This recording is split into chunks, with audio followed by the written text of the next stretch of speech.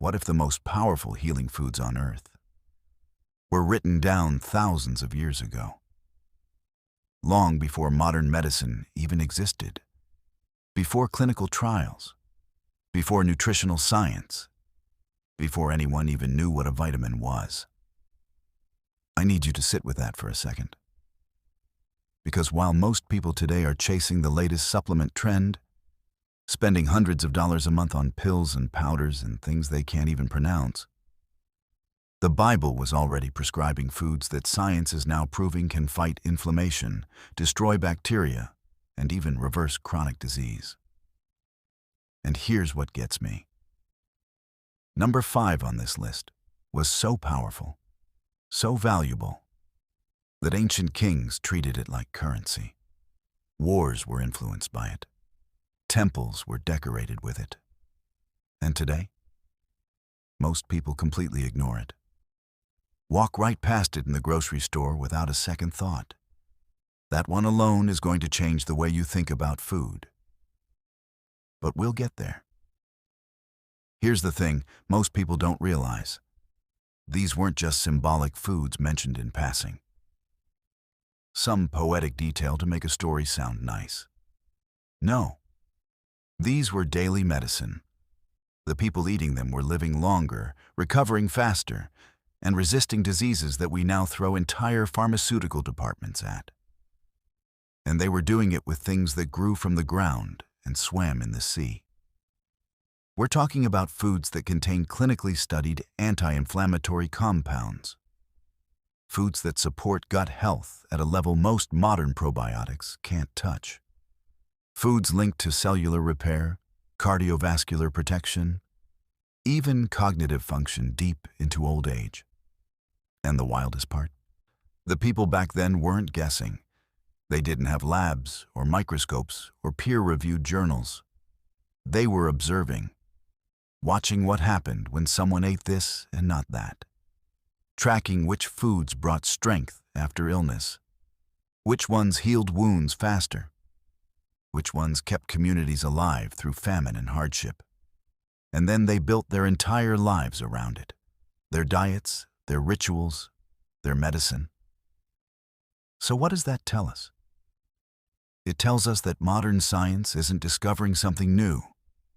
It's catching up to something ancient, something that was already written down, already practiced, already proven through generations of real human experience.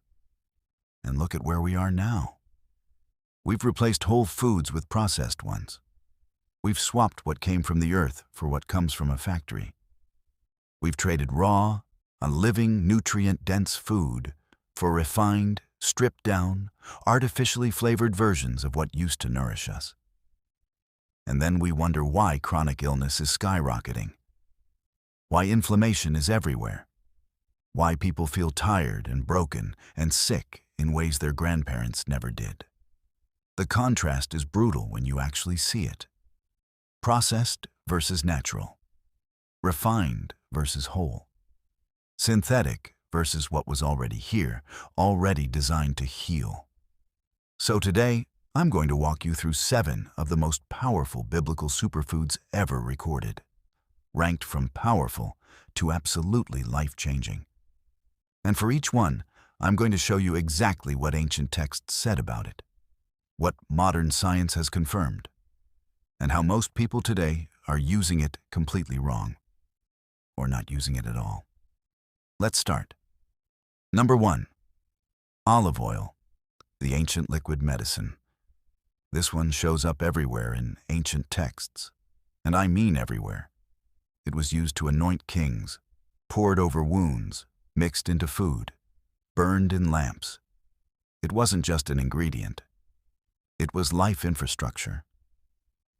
When someone was sick, olive oil was part of the healing. When someone was honored, olive oil was part of the ceremony. It carried weight, spiritual weight, medicinal weight, cultural weight. And now science tells us why. Olive oil, real olive oil, contains a compound called oleocanthal. And when researchers first isolated this compound, they were stunned. because oleocanthal behaves almost identically to ibuprofen in the body. It inhibits the same inflammatory enzymes, the same pathways, except it does it without destroying your gut lining or stressing your liver. On top of that, olive oil is loaded with polyphenols, powerful antioxidants that protect your cells from oxidative stress, reduce your risk of heart disease, and support brain health as you age. But here's the twist, and this is important. Most olive oil sold today is not real olive oil. Studies have shown that a staggering percentage of what sits on supermarket shelves is diluted, cut with cheaper seed oils, chemically deodorized to hide the manipulation. You think you're getting medicine, and you're getting a counterfeit. The ancient world would have never tolerated that. They pressed it fresh. They used it raw. They consumed it within days or weeks of harvest. So if you're going to use olive oil the way it was intended, get cold-pressed, extra virgin from a source you trust. Use it raw when you can. Drizzle it on food after cooking. Take a tablespoon daily if you can handle it. That's how it was done. That's how it still works. And if olive oil was the liquid medicine of the ancient world, wait until you hear what they used for infections. Number 2. Raw honey, nature's antimicrobial weapon. You've heard the phrase, a land of milk and honey. That wasn't just poetry. Honey represented abundance and strength, life and vitality. It was one of the most prized substances in the ancient world, given as gifts to royalty, used to preserve food, applied directly to wounds. And when someone was weak or recovering from illness, honey was the first thing offered. Modern science now knows exactly why. Raw honey produces small amounts of hydrogen peroxide when it interacts with moisture. That's a natural disinfectant. But it goes further. Researchers discovered a protein in honey called defensin-1, which has shown the ability to kill antibiotic-resistant bacteria. We're talking about MRSA, the kind of bacteria that modern hospitals struggle to treat. Honey handles it. There are peer-reviewed studies showing that medical-grade honey promotes wound healing faster than conventional treatments. It reduces infection, speeds tissue regeneration, and supports the immune system in ways we're still mapping out. But here's what most people get wrong. The honey you buy in that little plastic bear at the grocery store, that's been heated, pasteurized, filtered. And in that process, most of the enzymes, the beneficial bacteria, the antimicrobial compounds, they're destroyed. You're eating sugar syrup with a nice label. Dead honey. Raw honey is alive. It's cloudy. It crystallizes. It tastes different depending on what flowers the bees visited. And that's the version that heals. A spoonful in the morning, mixed into warm, not hot, water, applied to minor cuts or burns. That's ancient medicine. And it still works today. Now, if honey was the antimicrobial, the next one was the food people literally wept for. Number 3, garlic, the food they cried for. There's a moment in ancient texts where the Israelites, wandering through the wilderness, actually stop and cry. Not because of war, not because of danger, because they missed garlic. They missed the food they had back in Egypt. They remembered the garlic and the onions and the leeks, and they grieved. That always struck me. Of all the things to cry about, they cried for garlic. And when you understand what garlic does to the human body, you start to understand why. Garlic contains a compound called allicin, and allicin is one of the most studied natural antimicrobials on the planet. It's antibacterial, antiviral, antifungal. It's been shown to lower blood pressure, improve cholesterol ratios, strengthen immune response. Some research even suggests it has anti-tumor properties at the cellular level. It's a pharmacy growing in the dirt. But here's the catch. And this is where most people lose the benefit entirely. Cooking garlic at high heat destroys allicin, the very compound that makes it powerful, breaks down when exposed to too much heat too quickly. So that garlic bread you love? Delicious. But medicinally? It's not doing much. The ancient method was simpler and more effective. You crush the garlic. You let it sit for about 10 minutes. That waiting period activates the enzyme reaction that produces allicin. Then you eat it, raw, or added to food at the very end of cooking. That's how you get the real benefit. That's the garlic people cried for, not the powdered stuff in a shaker. All right?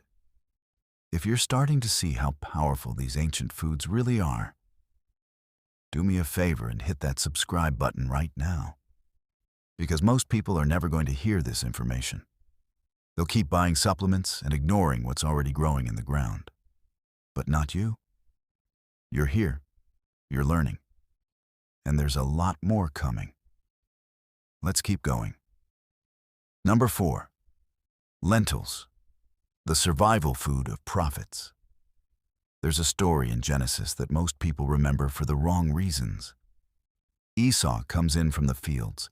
He's exhausted, starving, and then his brother Jacob is cooking a pot of lentil stew. Esau is so desperate. He trades his entire birthright for that bowl of lentils. People focus on the foolishness of the trade. But I want you to focus on the food.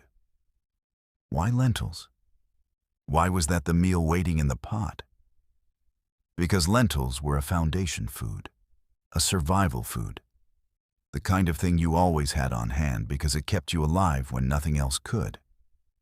And nutritional science confirms exactly that. Lentils are packed with plant-based protein.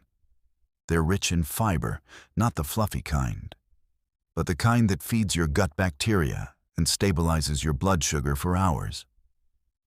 They have a low glycemic index, which means they release energy slowly. No spike, no crash. And in studies on populations that eat legumes regularly, the so-called blue zones where people live past 100 consistently show lentils as a staple. But modern Western diets have almost entirely abandoned them. We replaced legumes with refined carbs, swapped slow-burning fuel for fast-burning junk, and our metabolic health collapsed as a result. The ancient method was simple. Soak them, cook them slow, eat them with herbs and oil. That's a meal that sustained prophets through the wilderness. And it can sustain you through whatever you're facing now. But the next one, this is the one I told you about at the beginning. The one ancient kings treated like currency. Number 5. Pomegranates, the antioxidant king. Let me paint this picture for you. Honor when Solomon's temple was built. One of the most sacred structures in ancient history. They carved 200 pomegranates into the pillars. 200. Not grapes, not figs. Pomegranates. This fruit was so revered, so associated with life and health and divine abundance, that it was literally built into the architecture of worship. And when modern scientists finally analyzed what's inside a pomegranate, they understood why. Pomegranates contain compounds called punicolagens. These are some of the most potent antioxidants ever measured in any food. More powerful than red wine. More powerful than green tea. Punicolagens have been shown in clinical studies to reduce arterial plaque, lower blood pressure, fight chronic inflammation at the cellular level, and in some lab studies, inhibit the growth of certain cancer cells. One study published in a major cardiology journal showed that drinking pomegranate juice daily for a year reduced arterial plaque thickness by up to 30%. 30% from a fruit. But here's where most people go wrong. They buy the bottled juice. the stuff with added sugar and preservatives and flavoring. And they think they're getting the benefit. But the real power of the pomegranate isn't just in the juice. It's in the seeds. Those little ruby-red arils you have to crack open. And even in the rind. Some traditional cultures brew tea from pomegranate rind for digestive issues and inflammation. This was the currency of kings, the symbol carved into temples. And it's sitting in the produce section right now, waiting for you to take it seriously. Now, from the most ignored fruit to the most forgotten grain. Number 6, barley, the forgotten heart protector. You know the story. Thousands of people gathered, nothing to eat, and from a few loaves of barley bread and a couple of fish, everyone was fed. Barley bread, not wheat, not white flour, barley. And there's a reason barley was the grain of the common people in the ancient world. It was hardy, it was resilient, it grew in rough soil, and it kept people strong. Modern research shows that barley contains high concentrations of a soluble fiber called beta-glucan. Beta-glucan does something remarkable in the body. It binds to cholesterol in the digestive tract and helps remove it before it enters your bloodstream. Multiple clinical trials have demonstrated that regular consumption of beta-glucan lowers LDL cholesterol, the kind cardiologists worry about. And it also helps regulate blood sugar by slowing the absorption of glucose after a meal. But here's the tragedy. We replaced barley with refined wheat, stripped the fiber, stripped the nutrients, bleached what was left, and turned a grain that once protected hearts into white bread that spikes your insulin and feeds inflammation. Whole barley?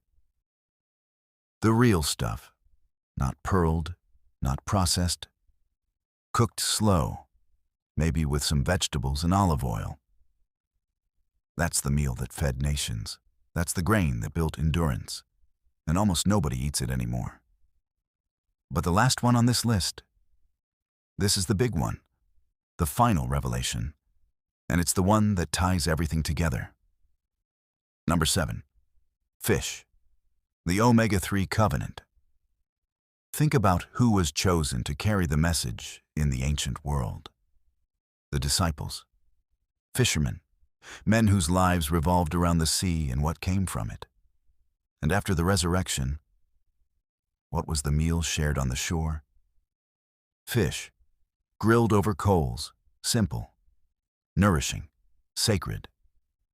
Fish wasn't just food in the biblical world. It was identity. It was provision. And it was medicine they didn't even know they were taking. Because fish, especially cold water fatty fish like sardines, mackerel, and wild salmon, contains EPA and DHA. These are omega-3 fatty acids that your brain literally needs to function. Your brain is roughly 60% fat, and a significant portion of that fat should be DHA. Without adequate omega-3 intake, cognitive decline accelerates, inflammation increases, cardiovascular risk climbs, depression rates go up, cellular membranes lose integrity. The research on omega-3s is overwhelming.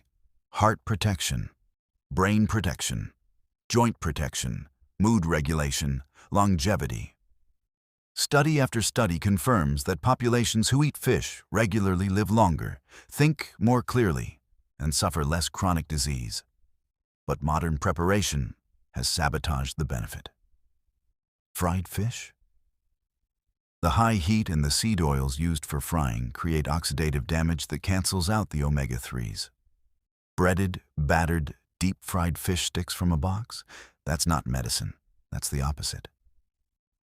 The ancient way was simple. Fresh fish, grilled or baked, maybe with salt and herbs, 2 to 3 times a week. That's what sustained fishermen who walked miles a day and worked with their hands. And it will sustain you too. Now, step back for a moment. Look at the full picture. Olive oil, raw honey, garlic, lentils, pomegranates, barley, fish. Notice something? None of these foods are complicated. None of them require a prescription. None of them come in a bottle with a barcode and a marketing campaign. There are no proprietary blends here, no lab formulas, no extreme elimination diets. These are simple foods. Whole foods, things that grow from the earth and swim in the water. And they're powerful enough that modern science, with all its technology, all its funding, all its sophistication, is still trying to fully understand how they work. That should tell you something. The people who wrote these ancient texts, who recorded which foods to eat and how to prepare them, they weren't primitive. That word gets thrown around a lot, and it's wrong. They were observant. Deeply, patiently, generationally observant. They tracked what healed, and they watched what happened when communities ate certain foods and avoided others. They built culture around what worked. They passed it down through story and ritual and law, so that their children and their children's children would benefit.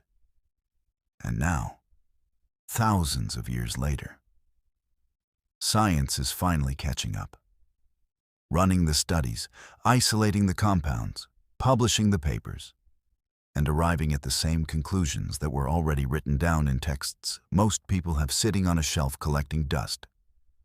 So here's what I want you to do. And this is important. Don't try to overhaul everything at once. Don't go buy all 7 of these foods tomorrow and try to force them all into your life by next week. That's the modern trap. The all-or-nothing mentality that makes people burn out and quit. Instead, start with 1 or 2. Maybe it's olive oil. Get a good bottle, a real one. Start using it daily. Maybe it's raw honey. Find a local source, replace the processed stuff. Maybe it's garlic. And you finally start crushing it fresh instead of reaching for the jar. Whatever you choose, upgrade the quality. Go raw. Go real. Go unprocessed. Get as close to the original version as you can. Because that's where the power is. Not in the modern, modified, mass-produced imitation. In the real thing. The thing that was already prescribed before any of us were born. Now I want to hear from you. Drop a comment below and tell me. Which one surprised you the most? Was it the pomegranate? The fake olive oil? The fact that heating honey kills everything good in it? Tell me. Because I read every single comment, and I learned from you the same way you learn from these videos. And if you want more of this ancient wisdom backed by modern science, broken down in a way that actually makes sense and actually changes how you live, then subscribe right now. Hit the bell so you don't miss what's coming next. Because this is just the beginning. There's so much more buried in these ancient texts, and we're going to uncover all of it. Together. I'll see you in the next one.